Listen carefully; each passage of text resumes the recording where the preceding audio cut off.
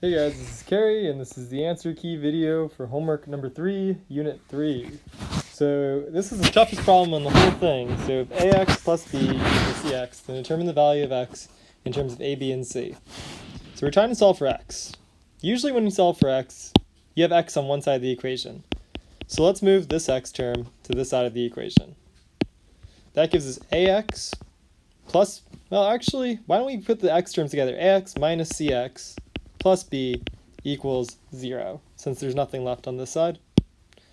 Now, when we isolate x, we usually want to get the x terms by themselves, so let's move the b term, which doesn't have an x, to the other side. That gives us ax minus cx equals negative b. Next up, solving for x seems difficult here because we've got two different x's. So because we have these two different x's, why don't we see them as a common factor and factor them out? That will leave us with a minus c, and that all equals negative b. Now, this is the best equation on our page because we've got x just once being multiplied by that. So to solve for x, the final step is divide by a minus c on both sides, and that gives us x equals negative b over a minus c. All right, so what are the names of the two factoring methods we've learned so far? Greatest common factor. And I think you should check your lesson notes from today if you can't remember method 2's name. I'll probably say it later in the video. Completely factor each of the following expressions. These all look like greatest common factor problems. And the way that I'm assessing that is all of them look like they have things in common with the other terms that they're next to. Oh man, I shouldn't have put all those little lines.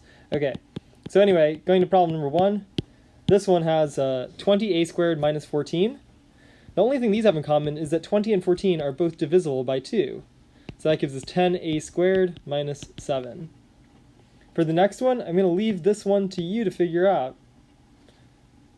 And I'm going to leave this one to you to figure out too, since we've done so many of these recently.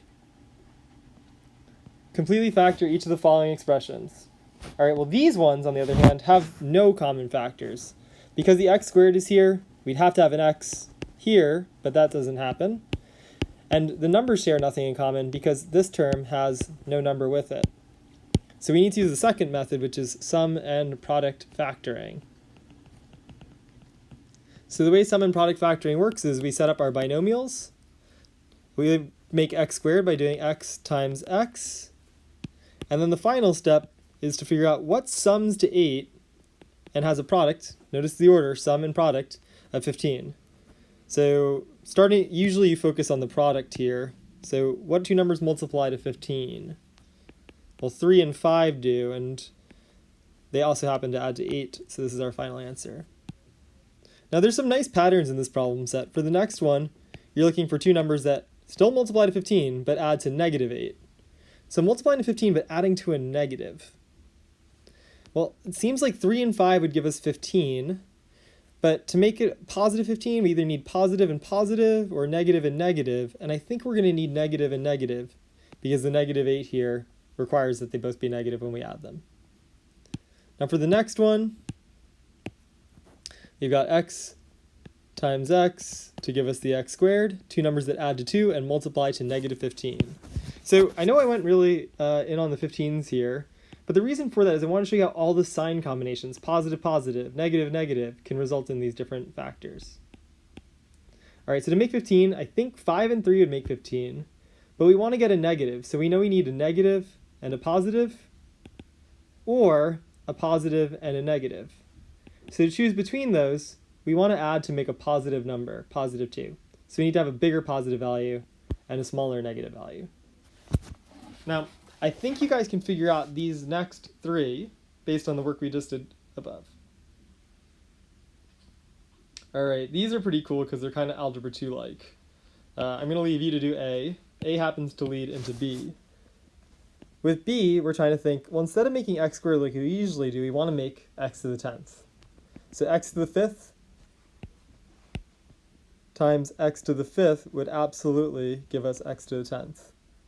Now to make to make 12, we would need to have a 3 and a 4, or maybe a 2 and a 6. And to figure out between these cases, what we have to do is we have to, just like normal, sum and product. So it looked like it was actually 3 and 4. Those two numbers sum to 7 and have a product of 12. So to verify that this actually works, I think this one is actually nice to distribute out. So let's do a proof that it works. X to the 5th times x to the 5th. You add exponents when you multiply. That gives you x to the 5 plus 5, which is 10, plus 4, x to the 5th, plus 3, x to the 5th, plus 3 times 4, which is 12. And you can see that that 12 truly matches that 12. It does not have any x's. X to the 10th matches x to the 10th. And when we combine our like terms, because each of these got one of these x to the 5ths, we end up with an x to the 5th term in the middle, which happens to exactly match. I'm going to let you guys do problem C. It's very similar. For 6, consider the expression below. X to the 12th plus blank, 8 blank plus 15. All right, so what power of x must go in the slot in order for the expression to be factorable with the sum and product method? So we know we want sum and product here. This was a little tricky because we kind of have to think forwards and backwards about it at the same time. So I'm thinking like to make this factored, x to the 12th would require x to the 6th and x to the 6th. 15 would require a 3 and a 5. So if you do imagine distributing that out, that does give you x to the 12th. You get a 5x to the 6th, you get a 3x to the 6th, and you also get your 15. And so combining these like terms would give you 8x to the 6th. And perhaps you saw that without even distributing it all out, because the x to the 6th would have been the value in the middle. All right, I did that, and I did that. But you should probably do those neater. All right, and number 7 is a challenge question, but it's a challenge worth trying to do. So maybe your first instinct here is definitely GCF. I see all those x's and y's. So if I try to factor out an x, these two have an x in common, but this one does not. So they don't share an x in common. Let's see. Y, no y. They don't share a y in common, so that's out as well. And finally, if we look at the numbers, this has no number, this and this have nothing in common, so the numbers are all out as well. And since all of this is out, it must have been our instinct with GCF was incorrect. So rather than use the GCF method to factor these, it looks like what we should be doing is using sum and product. So we're trying to think similar to problem 5b. To make x to the 10th, we put x to the 5th and x to the 5th. So to make x squared, x, and y to the 8th is y to the 4th and y to the 4th. And if we wanted to add to -9 and multiply to 20, that looks like -5 and -4. And let's see if that actually works.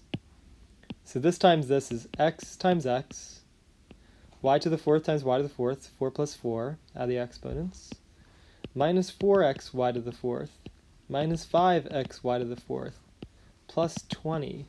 And if you combine these two terms, you get -9x y to the 4th, plus 20. And that matches! So this must have been a proper solution for the problem. Hope you guys found this helpful, and I'll see you in class on Monday.